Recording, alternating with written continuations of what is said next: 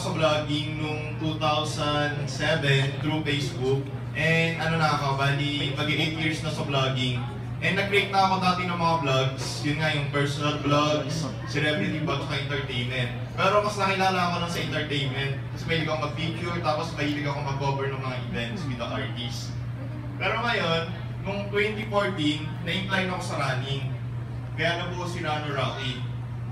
Actually, yung running na yan, meron siyang experience na naging challenging sa akin. Kung bakit ako naging come up sa vlogging, tsaka kung bakit ako na-pursue sa running. Na gusto kong i-share sa mga readers, tsaka sa mga runner, how to face the challenges, tsaka kung paano nila magiging inspiration yung nangyari sa kanila. So, balik na nito ito.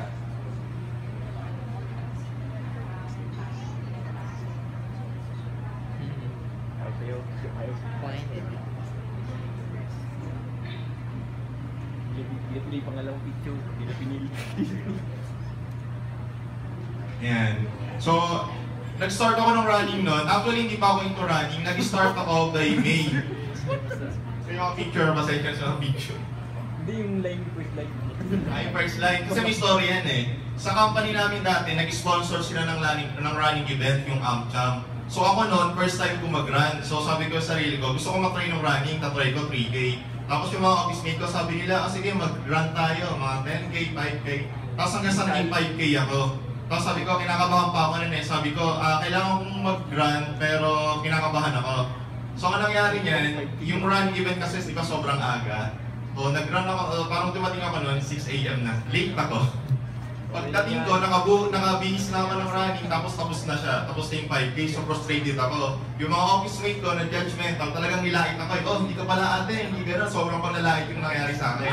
Sobrang frustrated ako that time. Sabi ko, gusto kong mag-run. Gusto kong ma-experience yung mga singlet, yung medal. Kaya yung sumunod na run ko, April, yung World Vision. Nag-register ako. Ang i-register ko kagad, 21K. So, ang sabi sa akin nila, yan, yung line na yan ang tumatak sa akin. Saan ka namin hihintayin? Sa finish line o sa hospital? So, talagang minitaman nila. Tapos, pinagpustahan pa ako, sabi ng mga office mate ko, 21K, kailangan mo mabit yan in 3 hours. Pag hindi mo nabit yan in 3 hours, manlilibre ka sa amin sa Donggun.